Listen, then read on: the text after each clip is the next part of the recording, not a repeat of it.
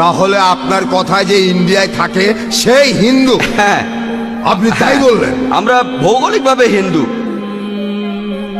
খুব ভালো হ্যাঁ ভাই, আপনি ঠিকই আমরা বলেছেন। সবাই এখানে যে হিন্দু, লোক সবাই ইন্ডিয়ায় বাস হিন্দু। করে, সে একজন হিন্দু। একইভাবে যে লোক আমেরিকায় বাস করে সে একজন আমেরিকান হবেই, সে একজন আমেরিকান। খুব ভালো, ভালো, খুব ভালো, আলহামদুলিল্লাহ। খুব ভালো। তাই যে লোক ইন্ডিয়াতে থাকে, খুব ভালো। তাহলে আমরা এখানে যারা আছি সবাই হ্যাঁ। হিন্দু, আপনিও হিন্দু। ঠিক তাই, আমি আপনার সঙ্গে একমত। ভৌগোলিকভাবে ইন্ডিয়ায় যারা বসবাস করে তারা সবাই হিন্দু, আমি আপনাদের সঙ্গে একমত। ভৌগোলিক সংজ্ঞা অনুযায়ী যদি আপনি বলেন যে ইন্ডিয়ায় যারা বাস করে তারা হিন্দু, ঠিক কথা, সব পণ্ডিতই মানবেন ইন্ডিয়ায় যারা বাস করে তারা হিন্দু। ভৌগোলিকভাবে আমিও একজন হিন্দু। আমি কোনো ধর্ম নিয়ে পড়াশোনা করি না, আর কোনো ধর্মে বিশ্বাসও করি না। এখানে আমার প্রশ্নটা হলো, আপনি কি বিশ্বাস করেন যে পৃথিবীতে অনেকগুলো ধর্ম আছে আর এই ধর্মগুলো থাকার প্রয়োজন আছে? কারণ আপনার লেকচারে আপনি নিজেই বলেছেন যে আল্লাহ সর্বশক্তিমান স্রষ্টা, পৃথিবীর সব মানুষকে তৈরি করেছেন পুরুষ এবং নারী হিসাবে, এবং তিনিই তাদের বিভক্ত করেছেন, ভাগ করেছেন বিভিন্ন ধর্মে, বিভিন্ন এলাকা ইত্যাদি ইত্যাদি, যাতে করে তারা নিজেদের মধ্যে যুদ্ধ না করে, বরং একে অন্যকে যাতে বুঝতে পারে। এখন আপনি কি আমাকে বুঝিয়ে বলবেন ক্রুসেডের উদ্দেশ্য কি ছিল? আর এটাও কি আমাকে বুঝিয়ে বলবেন আপনি নিজেই যেটা বললেন যে হিন্দুইজম আর ইসলাম ধর্ম এই দুইটার মধ্যে পার্থক্যটা? আপনি আপনার লেকচারেই বললেন যে একটা হলো হিন্দুইজম আর অন্যটা হলো ইসলাম ধর্ম। আপনি কখনোই বলেননি যে হিন্দুইজম একটা ধর্ম। আপনার লেকচারে আপনি নিজেই বললেন হিন্দুইজম আর ইসলাম ধর্মের পার্থক্য সেটা হলো হিন্দুরা বিশ্বাস করে যে সবকিছুই স্রষ্টা, আর মুসলমানরা বিশ্বাস করে সবকিছুই হলো স্রষ্টা। যদি সবকিছুই স্রষ্টার হয়ে থাকে তাহলে এত খুনোখুনি হচ্ছে কেন? হোক সেটা ইন্ডিয়ায় অথবা পৃথিবীর অন্য যে কোনো জায়গায়, এমনকি মুসলমান দেশগুলিতে এসব হচ্ছে। অনেক ধন্যবাদ ভাই, খুব সুন্দর প্রশ্ন করেছেন। আর আপনি বললেন যে আমি আমার লেকচারে বলেছি যে সর্বশক্তিমান ঈশ্বর সব মানুষকে বানিয়েছেন মাত্র একটি যুগল থেকে, পুরুষ এবং নারী, তারপর তিনি তাদেরকে বিভক্ত করেছেন বিভিন্ন ধর্মে। ভাই, আমি এই কথাটা কখনোই বলিনি যে সর্বশক্তিমান ঈশ্বর মানুষকে বিভক্ত করেছেন বিভিন্ন ধর্মে। রেকর্ড করে রাখতে পারেন, আমি কখনোই বলিনি যে বিভিন্ন ধর্মে, আমি বলেছি বিভিন্ন জাতি আর উপজাতিতে। অনেক জাতি, অনেক রং, বিভিন্ন ধর্মে না। আল্লাহ বলেছেন ধর্ম একটাই। সর্বশক্তিমান ঈশ্বর মানুষকে কখনোই বিভিন্ন ধর্মে ভাগ করেননি। ধর্ম কেবলমাত্র একটাই, তিনি ভাগ করেছেন বিভিন্ন জাতি, রং আর বিভিন্ন ভাষায়, যাতে আপনারা একে অন্যের সাথে পরিচিত হতে পারেন। আর আপনারাও বুঝতে পারলেন যে অমুক লোকটা এসেছে অমুক জাতি থেকে, মানে অমুক অঞ্চল থেকে। ধর্ম না অঞ্চল, এটা ধর্ম না। তাই আপনি যে ধর্মের কথা বলছেন সেটা ঠিক না, বাকি সব ঠিক আছে। বিভিন্ন ভাষা, বিভিন্ন রং, বিভিন্ন জাতি, আমি একমত, যাতে তারা অন্যের সাথে পরিচিত হতে পারে, একে অন্যের সাথে যুদ্ধ করার জন্য নয়। আপনি বললেন যে আমি নাকি কখনো হিন্দুইজমকে ধর্ম বলিনি। আপনি এটাও ঠিক বললেন না। আমি বলেছি ধর্ম হলো সর্বশক্তিমান ঈশ্বরে বিশ্বাস করা। অক্সফোর্ড ডিকশনারি বলছে এই হিন্দুইজমকে বুঝতে হলে, হিন্দু ধর্মটাকে বুঝতে হলে আপনাকে এই ধর্মের ঈশ্বরের ধারণাকে বুঝতে হবে। আপনি যদি ইহুদি ধর্মকে বুঝতে চান তাহলে আপনাকে ইহুদি ধর্মের ঈশ্বরের ধারণাকে বুঝতে হবে। আপনি যদি খ্রিস্টান ধর্মকে বুঝতে চান তাহলে খ্রিস্টান ধর্মের ঈশ্বরের ধারণাকে বুঝতে হবে। যদি আপনি ইসলাম ধর্মকে জানতে চান তাহলে ইসলাম ধর্মের ঈশ্বরের ধারণাকে বুঝতে হবে। আমি সেটাই বলেছি। এই সমস্ত বিভেদগুলো কে তৈরি করেছেন?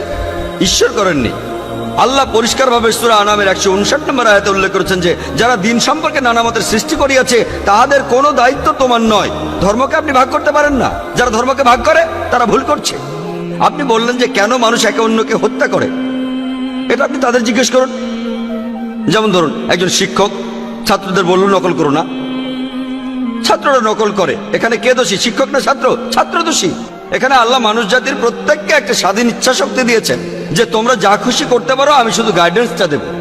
সর্বশেষ আর চূড়ান্ত গাইডেন্স, সর্বশেষ আর চূড়ান্ত আসমানি কিতাব হলো পবিত্র কোরআন। এখানে সব নির্দেশগুলো দেওয়া আছে। আর আল্লাহ বলেছেন, আমি আমার লেকচারও বলেছি যে সূরা মাইদার 32 নম্বর আয়াতে উল্লেখ আছে, যদি কেউ কোনো মানুষকে হত্যা করে, হোক সে মুসলিম বা অমুসলিম, হোক সে হিন্দু, ইহুদি, খ্রিস্টান, শিখ, যে কেউ, যদি সেটা হত্যাকাণ্ডের অপরাধে না হয়, যদি দুনিয়া ধ্বংসাত্মক কাজের জন্য না হয়, তাহলে সেজন্য পুরো মানব জাতিটাকে হত্যা করলো। যদি কেউ কোনো মানুষকে বাঁচায় তাহলে সে যেন পুরো মানব জাতিটাকেই বাঁচালো। তাই সর্বশক্তিমান ঈশ্বর মানুষের এই একে অন্যের সাথে খুনোখুনি পছন্দ করেন না। কিন্তু মানুষ যদি তার কথা না শোনে, কাকে দোষ দেবেন? দোষ মানুষের। এই পৃথিবীতে আল্লাহ বলেছেন, সূরা মুলকের 2 নম্বর আয়াতে আছে যে এই পৃথিবীতে আল্লাহ সৃষ্টি করিয়াছেন মৃত্যু এবং জীবন তোমাদিগকে পরীক্ষা করিবার জন্য। আল্লাহ মৃত্যু আর জীবন তৈরি করেছেন আমাদের সবাইকে পরীক্ষা করার জন্য। আল্লাহ এখানে ইন্টারফেয়ার করেন না, তিনি চাইলে করতে পারতেন। কোরআন বলছে যদি আল্লাহ চাইতেন তিনি সবাইকে বিশ্বাসী বানিয়ে পৃথিবীতে পাঠাতেন, তাহলে এই পরীক্ষাটা থাকতো না। যদি শিক্ষক চান পাশ করুক আর না করুক, তিনি সবাইকে পাশ করিয়ে দিতে পারেন। শিক্ষক পারেন, তবে সেটা হবে একচোখা। আর ছাত্রের স্বাধীন ইচ্ছাটা কি হবে? ছাত্ররা সবাই পরীক্ষা দিচ্ছে, সেখানে একজন ঠিকভাবে উত্তর দিতে পারলো না, তারপরও সে পাশ করলো, তখন যে পড়াশোনা করেছে সে প্রতিবাদ করবে যে আমি এই পরীক্ষার জন্য এত খাটাখাটি করলাম, আর এই ছাত্র নকল করছে, চুরি করছে, ভুল উত্তর দিয়েও সে পাশ করছে। তাহলে পরের ব্যাচ যদি তারা বুঝতে পারে যে শিক্ষক সবাইকে পাশ করান, সে ঠিক উত্তর দিক আর ভুল উত্তর দিক, তখন সবাই পড়াশোনা ছেড়ে দেবে। এভাবে আপনি একটা মেডিকেল ডিগ্রিও পেতে পারেন, কিন্তু এই ডাক্তার যখন মেডিকেল পাশ করবে, পাশ করে বের হবে, তখন সে মানুষ সারাতে পারবে না, মানুষ মারতে পারবে। আর সেজন্য আল্লাহ সুবহানাহু ওয়া তাআলা পবিত্র কোরআনের মাধ্যমে মানুষ জাতিকে নির্দেশ দিয়েছেন, হত্যা করো না, অন্যের ক্ষতি করো না, মানুষকে ভালোবাসো। আমার লেকচারে সব বলেছি, কিন্তু মানুষ যদি না করে, তার মানে তারা কোরআন মেনে চলছে না। ধরুন যে কোনো মানুষ, ধরুন সে যে কেউ হোক, সে আমেরিকান বা পাকিস্তানি হোক, সে পৃথিবীর যে কোনো জাতির মানুষ, মানুষ হয়তো বলতে পারে, ধরুন যদি আপনার নাম হয়ে থাকে কোনো মুসলমান নাম, আব্দুল্লাহ বা জাকির বা মোহাম্মদ, নাম দিয়ে বেহেশতে যেতে পারবেন না। নাম দিয়ে নিজেকে মুসলমান বলছেন, নাম আপনাকে মুসলিম বানায় না। মুসলিম কোনো লেভেল না যে আমি বললাম মুসলিম আর মুসলিম হয়ে গেলাম। মুসলিম অর্থ নিজের ইচ্ছাকে সমর্পণ করা আল্লাহ সুবহানাহু ওয়া তাআলার কাছে। যদি কারো নাম হয়ে থাকে জাকির, আব্দুল্লাহ, মোহাম্মদ, শাকির, এটা কিছু না। যদি তারা নিজের ইচ্ছাকে সমর্পণ করে আল্লাহর কাছে, তাহলে তারা মুসলিম। শুধু মুসলিম বলে ডাকলেই হবে না। পবিত্র কোরআন বলছে কিছু মানুষ শুধু মুখের কথায় মুসলিম। তাই যারা খুনোখুনি করছে তারা কোরআনের নির্দেশ মেনে চলছে না। যদি তারা কোরআনের নির্দেশ মেনে চলতো, পুরো পৃথিবীতে শান্তি বজায় থাকতো। আশা করি উত্তরটা পেয়েছেন। তাহলে জাকির ভাই, যদি একজন হিন্দু কোরআনের নীতিগুলো ঠিকমতো মেনে চলে, যে নীতিগুলোর সাথে হিন্দু ধর্মগ্রন্থের নীতিগুলোর বেশ মিল রয়েছে, তাহলে একজন হিন্দু নিজেকে কি মুসলমান বলতে পারে? অথবা অন্যদিকে একজন মুসলিম নিজেকে কি হিন্দু বলে দাবি করতে পারে? কারণ আজকে আপনার লেকচারের বিষয়টাই হলো সার্বজনীন ভ্রাতৃত্ব।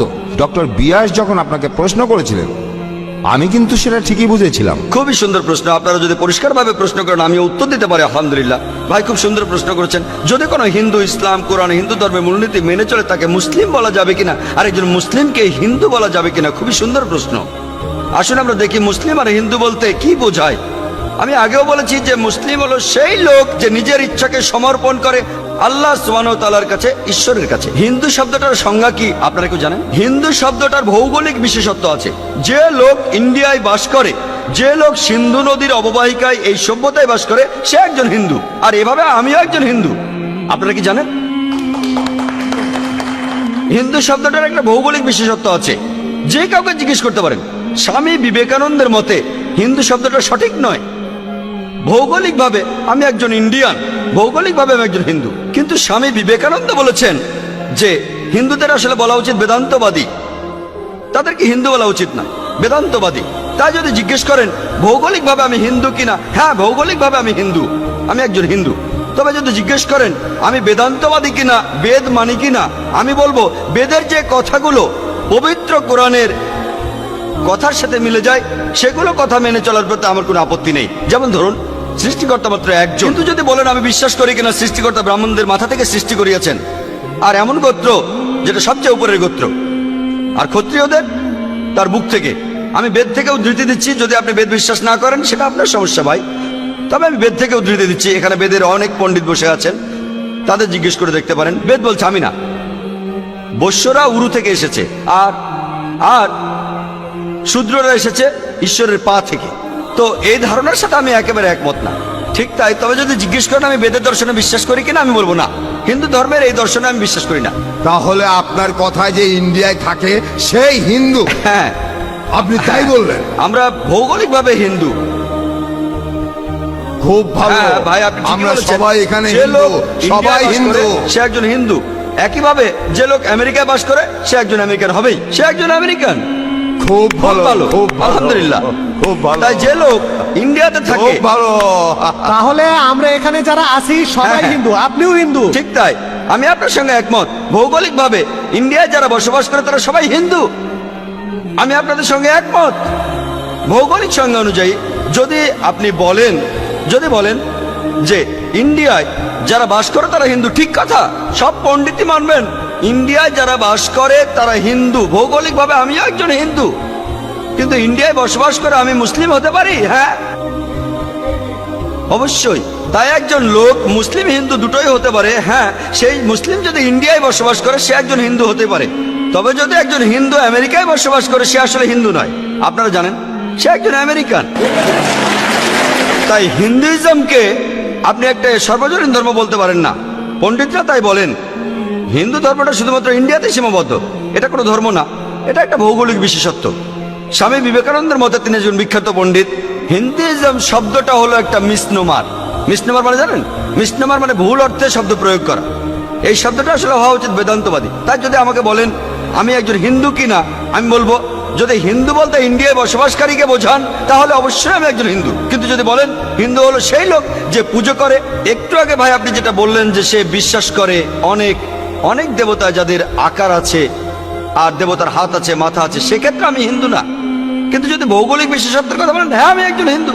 একইভাবে একজন হিন্দু মুসলিম হতে পারে, হ্যাঁ একজন ইন্ডিয়ান মুসলিম হতে পারে, একজন হিন্দু মুসলিম হতে পারে। কিন্তু যদি সেই ইন্ডিয়ান মূর্তি পূজা করে সে মুসলিম হতে পারবে না। কারণ পবিত্র কোরআনে সূরা নিসার 48 নম্বর আয়াতে উল্লেখ আছে, এছাড়া সূরা নিসার 116 নম্বর আয়াতে উল্লেখ আছে যে আল্লাহ সুবহানাহু ওয়া তাআলা তার সহিত শরীক করাকে ক্ষমা করেন না। কাউকে শরীক করা হলে, এছাড়া অন্য সব ইচ্ছা করলে ক্ষমা করতে পারেন, তবে শিরকে তিনি ক্ষমা করেন না। তাই একজন ইন্ডিয়ান যে ইন্ডিয়ায় বাস করে ভৌগোলিকভাবে হিন্দু মুসলিম হতে পারে, কিন্তু যদি সেই ভৌগোলিক হিন্দু ইন্ডিয়ান আল্লাহর আদেশ না মানেন, অর্থাৎ এক ঈশ্বরে বিশ্বাস না করা, নবী সাল্লাল্লাহু আলাইহি সাল্লামকে বিশ্বাস না করা, তাহলে সে মুসলিম হতে পারবে না। যে মুসলমান কোরআনের নির্দেশ মেনে চলে আর ইন্ডিয়ায় বাস করে সে একজন ইন্ডিয়ান মুসলিম। আশা করি পরিষ্কার।